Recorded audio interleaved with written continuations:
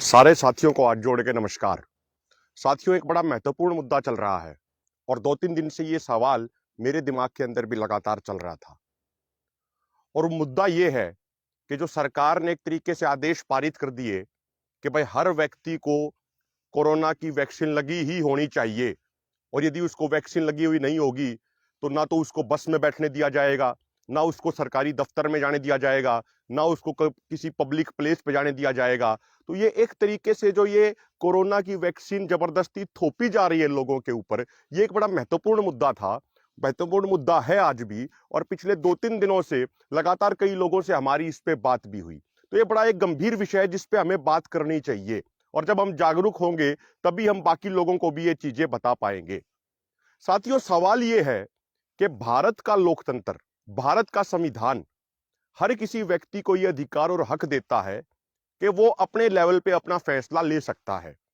अब कोरोना की वैक्सीन किसे लगवानी है या नहीं लगवानी है, ये तो एक व्यक्ति का निजी फैसला है ना, और उसको ये अधिकार भारत का संविधान देता है, कोई राजनीतिक पार्टी नहीं देती। भारत का संविधान उसको ये अधिकार देता है। ये कोई अधिकार कोई अधिकारी नहीं देता, ये भारत के संविधान निर्माताओं ने अधिकार दिया है। हर भारतीय को, 135 करोड़ भारतीयों का ये अधिकार है। अगर किसी को उस वैक्सीन पे विश्वास है तो वो लगवा ले, हमें कोई दिक्कत नहीं है। ना हम किसी को मना करते और ना ही हम किसी को फोर्सफुली ये कह सकते कि आपको लगवानी ही पड़ेगी। अब मुझे उस चीज पे विश्वास नहीं है तो मैंने कोरोना की वैक्सीन नहीं लगवाई है और ना ही मैं लगवाऊंगा आगे। तो ये मेरा अधिकार है ना, मैं इस चीज को तय करूंगा क्या करना है क्या नहीं करना है। ये कोई सरकार या कोई अधिकारी कैसे मेरे ऊपर जबरदस्ती ये चीज थोप सकता है?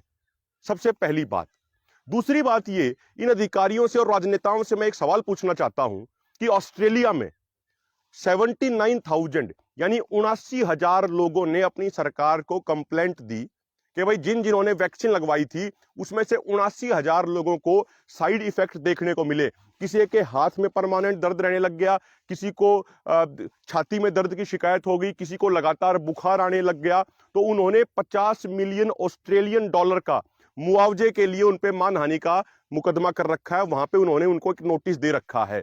79,000 एप्लीकेशन ऑस्ट्रेलियन हेल्थ मिनिस्ट्री के पास आई। इसका मतलब कुछ ना कुछ तो दिक्कत हो रही है ना लोगों को। तो किसको वो चीज सूट करती है, किसको नहीं करती है, ये फैसला एक व्यक्ति का होना चाहिए। जबरदस्ती उसके ऊपर नहीं थोपा जाना चाहिए। मान लीजिए उस वैक्सीन से भारत में भी बहुत सारे ऐसे केसेस आए कि वैक्सीन लगवाने के बाद लोगों की तबीयत बिगड़ गई।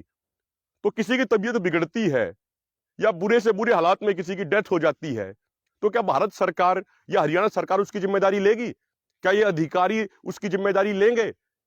अगर किसी परिवार में से कोई बच्चा चला गया तो क्या ये उस बच्चे को वापस ला देंगे? क्या वो बीमार हो गया, उसकी तबीयत खराब हो गई और उसके इलाज में लाखों रुपया खर्च हो गया, तो क्या लाखों रुपए का हर्जाना ये सरकार अधिकारी कर देंगे?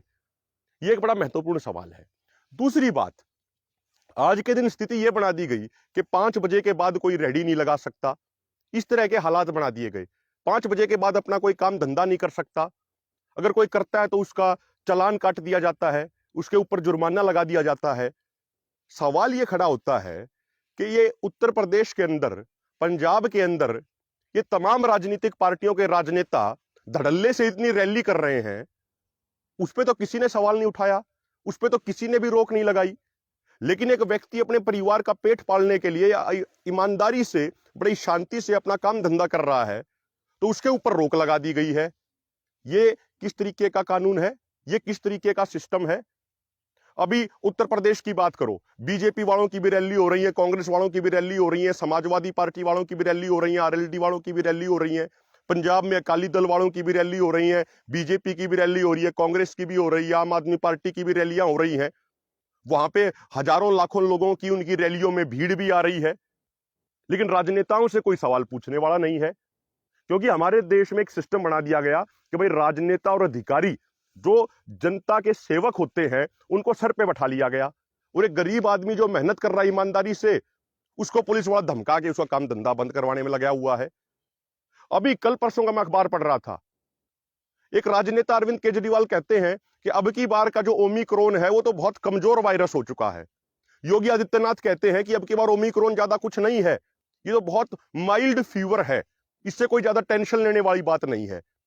तो तब ये राजनेता लोग जब ऐसी ऐसी बातें कह रहे हैं, तो फिर जनता का गला घोटने का काम ये क्यों कर रहे हैं? ये जनता के ऊपर ये जबरदस्ती क्यों कर रहे हैं? जब खुद ये बात कह रहे हैं कि एक माइल्ड फीवर है और कुछ नहीं है, तो फिर इस तरीके की जबरदस्ती लोगों के साथ क्यों की जा रही है? ये एक महत्वपूर्ण सवाल है जो हर किसी को पूछना चाहिए। और एक और महत्वपूर्ण बात साथियों, जब से ये 1.5-2 साल से ये पूरा कोविड का ये समय चल रहा है, कोरोना का जो समय चल रहा है, इसको लेके एक बड़ी इंटरेस्टिंग रिपोर्ट सामने आई है।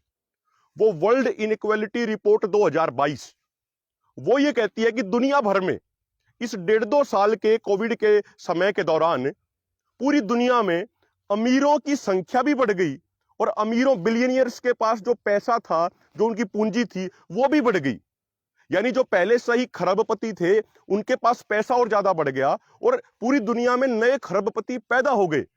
वहीं दूसरी तरफ जो आदमी साधारण परिवार में थे, मध्यम परिवार में थे, वो गरीब हो गए। जो गरीब थे वो भुखमरी की तरफ चले गए। यदि भारत की बात करें तो पिछले 2 सालों में जो टॉप 1% रिच आदमी है, जो टॉप 1% अमीर आदमी है, उनकी संपत्ति 35% बढ़ गई। भारत के अंदर बिलियनियर्स की संख्या पिछले 2 साल में 40 बढ़ गई। 40 और ज्यादा बिलियनियर हमारे देश में पैदा हो गए। अगर आप बात अमेरिका की करेंगे तो वहां पे 44.2 की बढ़ोतरी हुई है बिलियनियर्स के। उसमें उनकी जो संपत्ति थी बिलियनियर्स की, वो 44.2% बढ़ गई। ये सारी रिपोर्ट्स बताती हैं।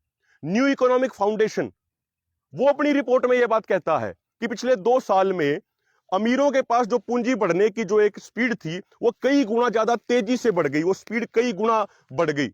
और गरीबों की जो गरीबी थी, उसकी स्पीड भी कई गुना बढ़ गई। सरकारों ने पूरी दुनिया में क्या किया? उन्होंने कहा कि भाई कोविड आ गया, मंदी आ गई है, इसलिए आर्थिक पैकेज जारी किए सरकारों ने। लेकिन उन आर्थिक पैकेजों का क्या हुआ?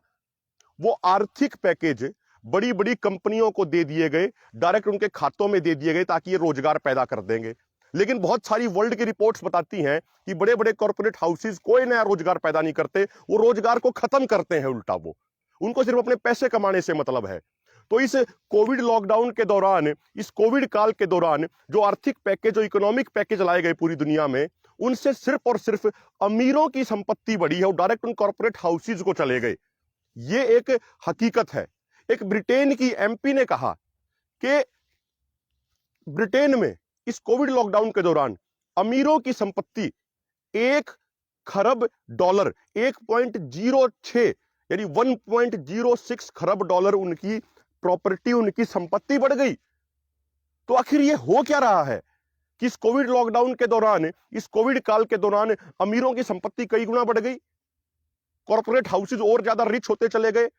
आप बात अडानी की कर लीजिए। इस कोविड लॉकडाउन की, इस कोविड पीरियड के दौरान अडानी की संपत्ति कई गुना ज्यादा बढ़ गई। उसने डेली का 1100 करोड़ रुपया उसने कम से कम कमाया। 3 लाख करोड़ से अधिक की उसकी प्रॉपर्टी बढ़ गई। ये तो सब अखबारों में छपा है भारत के कि भाई जब पूरे भारत की बात करें, पूरे भारत में लोगों के रोजगार छिन गए, उनकी नौकरियां खत्म हो गई, बिजनेस काम धंधे लोगों के ठप हो गए, तो उस समय अडानी की प्रॉपर्टी 3 लाख करोड़ से अधिक की बढ़ गई। तो ये क्या चीजें हो रही है, कैसे हो रहा है? और जो लोग ये बात करते हैं कि भाई पिछली बार भी 2 बार लॉकडाउन लगाए गए, उस लॉकडाउन से कितना कोरोना रुका या कितना नहीं रुका, ये तो अपने आप में एक जांच का, रिसर्च का विषय है।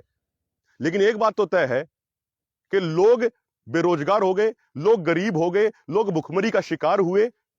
और यदि इन्होंने एक्शंस लिए, यदि उससे कोरोना पे पूरा असर पड़ा होता, उससे पूरी रोक हुई होती, तो गंगा नदी में यूं लाशें ना तैरती, शमशान घाटों में लोगों के पास जगह नहीं मिल रही थी। हम ये दावा नहीं करते, ना हमें ये नॉलेज है कि भाई कोविड है या नहीं है, ये हमें कोई जानकारी नहीं है। ये बातें तो एक डॉक्टर ही अच्छे से बता सकते हैं, रिसर्चर्स हैं, जो बड़े बड़े साइंटिस्ट हैं, वही इस बात को अच्छे से बता सकते हैं। ये वायरस है, ये क्या है, अलग अलग थ्योरीज हैं। कोई कहता है इसको कि चाइना की लैब में इसको डिस्कवर किया गया, उसके भी बहुत सारे प्रमाण हैं। कोई इसको कुछ और बायोलॉजिकल वेपन कहता है, कोई कुछ और कहता है। तो ये क्या है क्या नहीं है, ये बताना तो साइंटिस्ट का, रिसर्चर्स का काम है, ये बताना तो डॉक्टर्स का काम है। तो उस पर हम कोई टिप्पणी नहीं कर रहे, क्योंकि लोगों की भाई किसको क्या वैक्सीन लेनी है, नहीं लेनी है, कोरोना है नहीं है, क्या है, ये एक व्यक्ति का अपनी सोच पर निर्भर करता है। तो हम तो बस इतना ये कहना चाहते हैं, हम किसी तरह का कोई कंक्लूडिंग रिमार्क्स नहीं दे रहे कि भाई कोरोना है या नहीं है, इस तरह की हम कोई बात नहीं कह रहे। हम तो सिर्फ इतना कह रहे हैं कि भाई एक व्यक्ति को वैक्सीन लगवानी है या नहीं लगवानी है, ये उसका निजी अधिकार है। भाई हमें उस पर भरोसा नहीं है, हमें उस पर विश्वास नहीं है, तो हम नहीं लगवा रहे हैं, ना ही हम लगवाएंगे, ना ही अब तक हमने लगवाई है। लेकिन यदि कोई दूसरे साथी को, मेरे से कोई साथी पूछते हैं कि भाई कोविड की वैक्सीन लगवानी चाहिए या नहीं लगवानी चाहिए, तो हर किसी को मैं यही कहता हूं कि भाई ये आपका निजी फैसला है, आप देखिए, आप पढ़िए, आपको जैसा लग रहा है, अगर आपको ठीक लगे तो आप निश्चित तौर पर लगवाइए, और यदि आपको ठीक नहीं लगे तो आप मत लगवाइए। लेकिन जो ये बंदिशें लगा दी गई हैं कि कहीं पे आपको सरकारी जगह पे जाना होगा, किसी बस में बैठना होगा, किसी सरकारी इंस्टीट्यूट में जाना होगा, तो दोनों डोज लगी होनी चाहिए, ये चीज, ये जोर जबरदस्ती ठीक नहीं है। ये अपना स्वेच्छा का मामला है। इस तरह की जोर जबरदस्ती भारत जैसे आधुनिक और ऐतिहासिक लोकतंत्र में ये जोर जबरदस्ती ठीक नहीं है। बहुत बहुत धन्यवाद। जागरूक रहिए और भी अधिक लोगों को जागरूक कीजिए।